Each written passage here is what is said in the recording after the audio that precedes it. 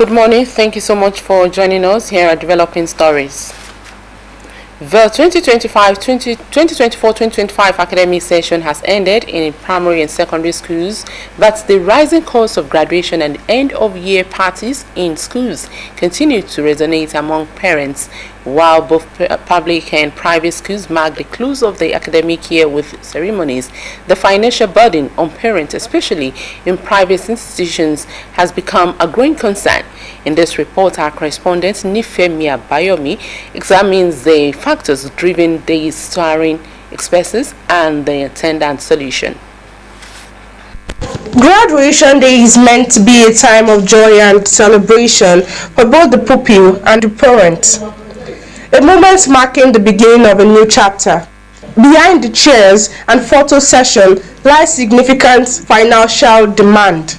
In many private schools, parents are regularly asked to pay between 30,000 and 150,000 naira per child for graduation-related activities. These fees typically cover outfits, event logistics, and catering. Even end-of-the-year class parties, which were once simple affairs, have now transformed into full-scale events, attracting additional levies. What they are trying to tell us is that we pay for trade industry period, we pay for primary period, we pay for secondary, we pay for university. Now, why can't we just exempt those elementary aspects of it? We just focus it on just secondary school and the university. If you used to say, and the amount should be reasonable. It shouldn't be enforced. Let me just say that it shouldn't be enforced. It should be willingly. It should be voluntary. And even though we are going to enforce this must be a kind of a reasonable amount of money. Because there's a particular incident that we call that someone told me about, which happens to be this same question you raised, whereby his son was asked to pay, maybe around 40-something thousand just for some part of the event for the graduation. To me, it's just out of place. It shouldn't be encouraged at all. It shouldn't be encouraged. My advice is that it should be voluntary. In contrast, public schools also hold end-of-the-year activities and modest graduation ceremonies, but costs are generally minimal and often voluntary. Parents in public school may contribute small amounts for snacks, chairs, or class gifts, a far cry from the commercialized approach in some private institutions. Taking a child to a private school is an option for the parents, because first and foremost, the state government, the federal government has provision for that already. But if you want your child to go to any of those federal government or state-owned institutions, they decide to take them to private. Whatever becomes the terms and conditions from that end becomes your own personal problem. So collecting 30, 20,000, 40,000 from parents or graduation from children depends on what we are actually offering the children. Things now is very, very expensive. Money cannot buy much. We only know that okay, 50,000 naira is good job, but let's take this down to the market. What can it buy? But we also plead. Things are expensive, but we are really medium to plead to our principal, the proprietors, that they should reduce the certain amount of money. Parents are now calling on the government, particularly state ministries of education, to intervene.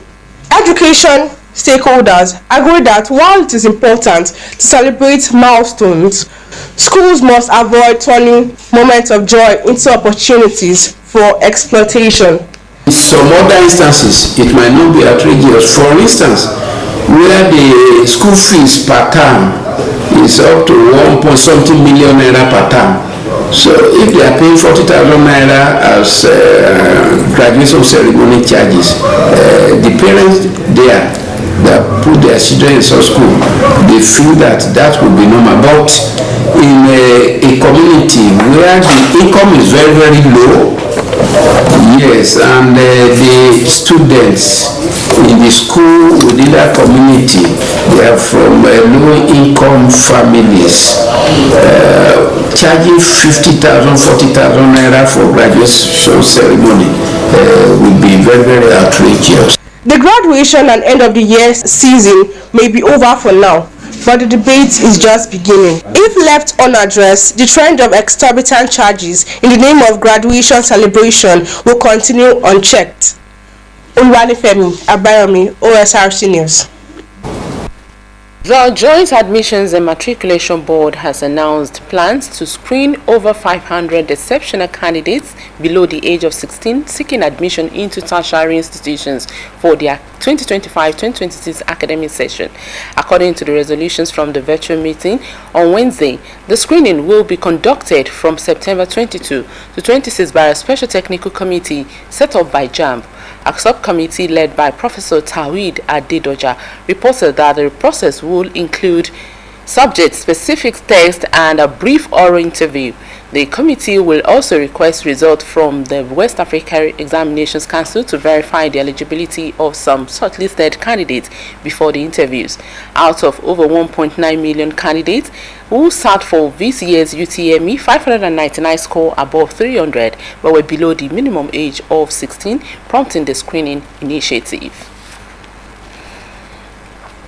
The Nigeria Center for Disease Control and Prevention (NCDC) has urged state governments to strengthen year-round community engagement to curb the spread of Lassa fever. In its latest situation report for Epidemiological Week 31, the agency confirmed the 9 new cases in Ondo, Edo, and Taraba, up from 3 reported the previous week. This, the NCDC said, brings the total confirmed cases to 836 across 21 states and 105 local government areas. NCDC noted that no new healthcare worker infections occurred in the reporting week. However, it identified challenges including late presentation of cases, poor health-seeking behavior due to high treatment costs, and poor environmental sanitation in high-burden communities.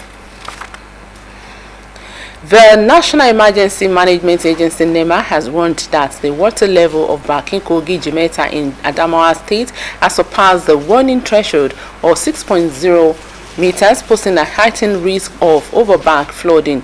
NEMA stated that its Yola Operations Office is closely monitoring the situation and has activated coordination with disaster response units and other relevant stakeholders to prepare for possible evacuation and relief operations. A recent dashboard reports from the agency revealed that a total of 140,228 people in 21 states have been affected by floods across Nigeria since the beginning of 2025. The figure showed that the disaster has displaced 49,205 residents, damaged 10,663 houses, and affected 9,454 farmlands in several communities. The House of Representatives has opened a full-scale investigation into the Nigerian Community Action for Resilience and Economic Stimulus Program (NGCARES), following public complaints that the initiative has failed to ease the economic hardship it was created to address, despite over 1 trillion naira in funding.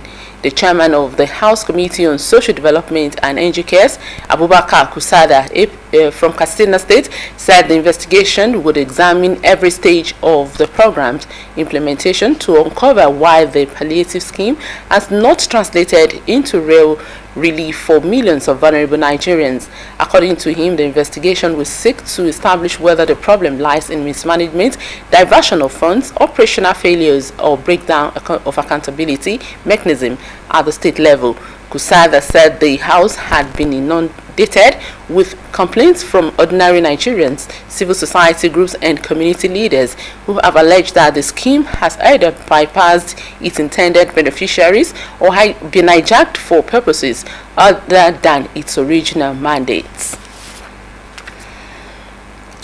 And the federal government said it has commenced a 3-day citizens engagement tour of Enugu and Ebonyi states in the southeast, aimed at showcasing ongoing and completed infrastructure projects and fostering direct dialogue with local stakeholders. The Minister of Information and National Orientation, Mohammed Idris, made this known at a parley with media executives and influencers in Enugu. A statement by the Special Assistant to the Minister of Information and National Orientation, Rabi Ibrahim said the delegation includes officials from the Federal Ministry of Information and its agencies, members of the National Communication Team, and executives from the Nigerian Institute of Public Relations, Broadcasting Organizations of Nigeria, and the Nigerian Union of Journalists. According to the statement, the tour will be repeated in Ebonyi State on Friday, August 15, 2025. It added that the two citizens engagement events will be broadcast live on National News Network. Nigeria's telecom regulator has called for stronger public cooperation in safeguarding telecommunications infrastructure, warning that service disruption could undermine the economy and national security. The Nigerian Communications Commission made this call in a statement after brokering a deal to avert a strike by the National Oil and Gas Suppliers Association of Nigeria. The industrial action planned over fuel supply issues last week would have cut off diesel deliveries to thousands of telecom sites, many of which rely on generators to stay online amid Nigeria's unreliable power grid. The intervention, led by the Office of the National Security Advisor in partnership with the NCC, highlighted just how fragile the country's connectivity is. National Security Advisor Nuhu Ribadu, who stated that telecommunications infrastructure is the backbone of connectivity and digital economy, noted that any disruption has far-reaching implications for service delivery, economic stability, and national security.